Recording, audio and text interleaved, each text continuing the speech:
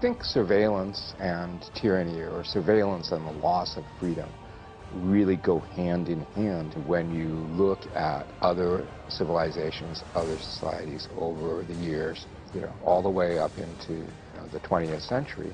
There's this really strong link between autocratic or despotic or excessive government power and at the same time all sorts of surveillance mechanisms, whether they're secret police or national ID cards or other kinds of mechanisms that are designed to make sure that people are being watched, and perhaps even more insidious, that they know they're being watched. Won't all this surveillance and technology make us safer from crime? Isn't it a good idea to watch everybody and monitor what they do? If that were the case, then you should be able to look back and say, okay, well, let's look at the most monitored and surveilled people in history. And arguably that was the Soviets living under the Soviet Union under Stalin and the folks who came after that. Every phone call could be listened to. Every piece of postal mail could be opened. If you had a party at your house, you wouldn't know if government informants were attending the party listening. After all, if you have nothing to hide, why would you care? But the Soviet Union under Stalin was the most deadly regime in all of history. And in fact, under that regime, with all of that watching, 60 million people perished. 60 million people were killed by their own government, by the very government that was supposed to be protecting them. So you have one copy of everything coming in and going to NSA's secret room.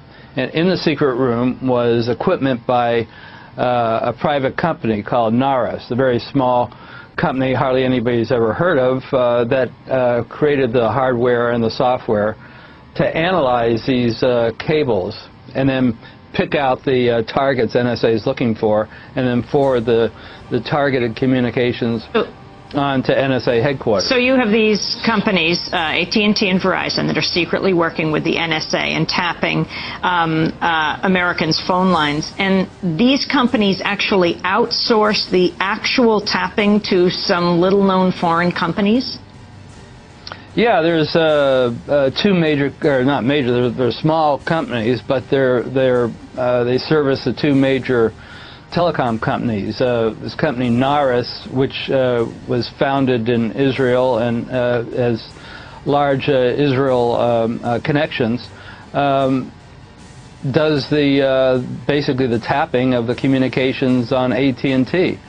And Verizon chose another company, ironically also founded in Israel and largely controlled by and developed by people in Israel, called Verint. So these two companies specialize in what's known as mass surveillance. Their literature, I've read this literature from Verint, for example, that's supposed to only go to intelligence agencies and so forth, and it says we specialize in mass surveillance, and that's what they do. They put these mass surveillance equipment in these facilities. So you have AT&T, for example, that considers it's their job to get messages from one person to another, not tapping into messages. And you get the NSA that says we want copies of all this. So that's where these companies come in.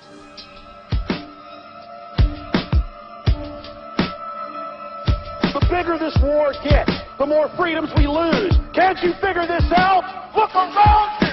Look how far we've come. Humanity wasn't meant to live like this. Our every waking moment, tracked and traced and scanned. It's time to stop submitting to this tyranny. It's time to realize that we're being enslaved.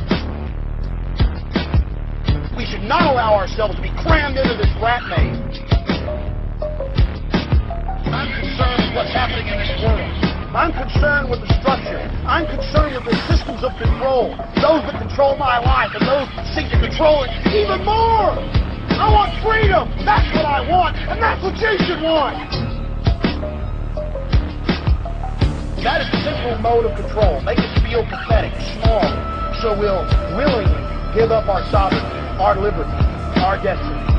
We have got to realize we're being conditioned on a mass scale. Start challenging this corporate slave state.